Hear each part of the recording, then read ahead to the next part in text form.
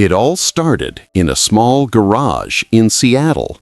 No fancy office, no big team, just one man, one computer, and a dream.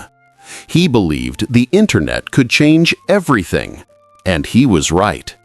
This is the story of how an online bookstore became one of the biggest companies in the world. This is the story of Amazon. In 1994, Jeff Bezos was a young man working at a big investment firm in New York City. He had everything people said you needed to be successful: a high-paying job, a good apartment, and a bright future. But inside, Jeff felt something was missing. One day, while reading an article online, he saw a simple fact that would change his life. The internet was growing 2,300% every year. It was like watching the birth of a new world.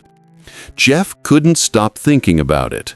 He thought, what could I build on the internet that people would need?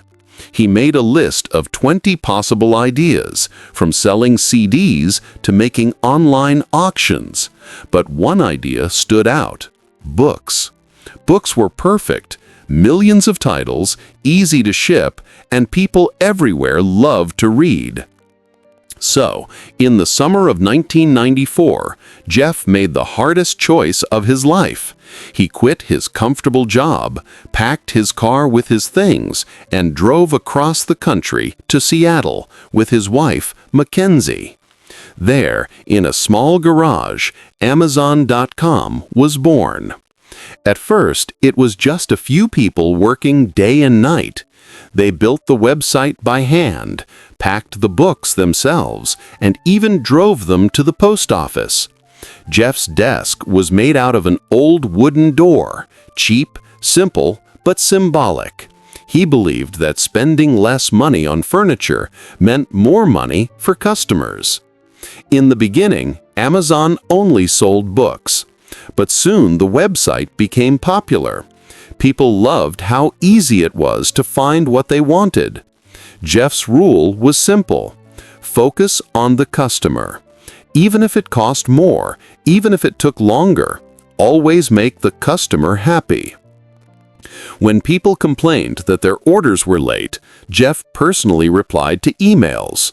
When customers wanted new features, the team built them. That culture of customer obsession became Amazon's DNA. But success didn't come quickly. For years, Amazon lost money.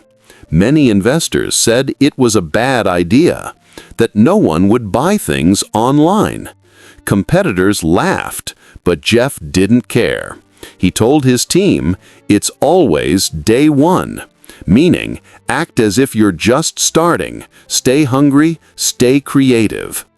Slowly, things began to change. Amazon added new categories: CDs, DVDs, toys, clothes, and electronics. It became the everything store, and people loved it. In 2005, Jeff launched Amazon Prime, a bold idea that gave customers fast delivery for a yearly fee. Many thought it was crazy, but it changed everything. Customers joined by millions, and Amazon became a part of everyday life. Then came Kindle, a small device that allowed people to read any book, anywhere. It revolutionized reading. Jeff said he wanted to make books more accessible, not just more profitable. And while everyone saw Amazon as a shopping website, something much bigger was happening behind the scenes. Jeff built Amazon Web Services, AWS, a cloud platform that powers websites, apps, and companies all over the world. Today, AWS is one of Amazon's biggest sources of income, and most people don't even know it exists.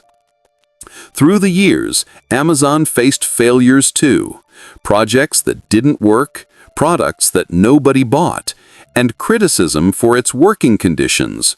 But every mistake became a lesson. Jeff always said, if you're not failing, you're not innovating enough. Amazon grew into something more than a company.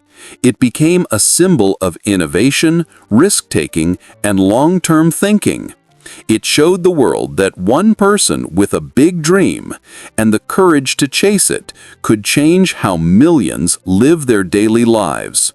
Today, Amazon delivers more than packages.